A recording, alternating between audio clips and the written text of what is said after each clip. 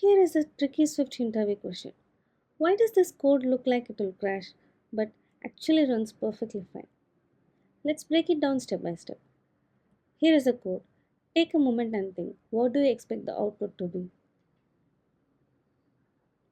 First, we create node 1 with value 10. Then we create node 2 and its next points to node 1. So now both node 1 and node 2 dot next are pointing to the same object. Now we set node 1 to nil. Most people assume the object is destroyed here, but that's not true. This is where ARC comes in, that is automatic reference counting. Swift keeps track of how many references are pointing to an object. Let's go back to node 1. When node 1 is created, the reference count becomes 1.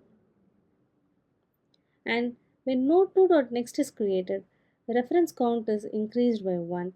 Now the count is 2.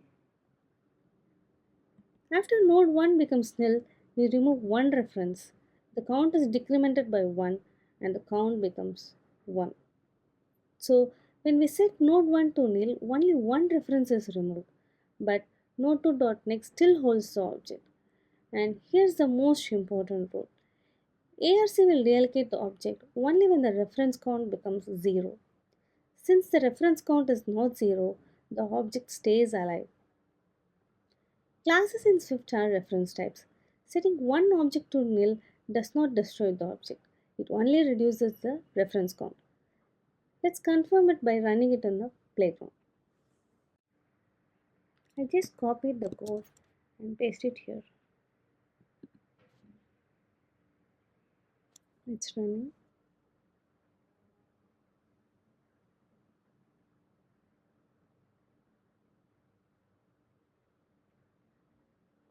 We got the value as 10. That's it. If you found this useful, subscribe for more Swift interview questions and deep dives. I'll be posting more concepts like this regularly. We also provide iOS training, resume reviews, and mock interviews for those who want to grow in their career and switch into iOS development.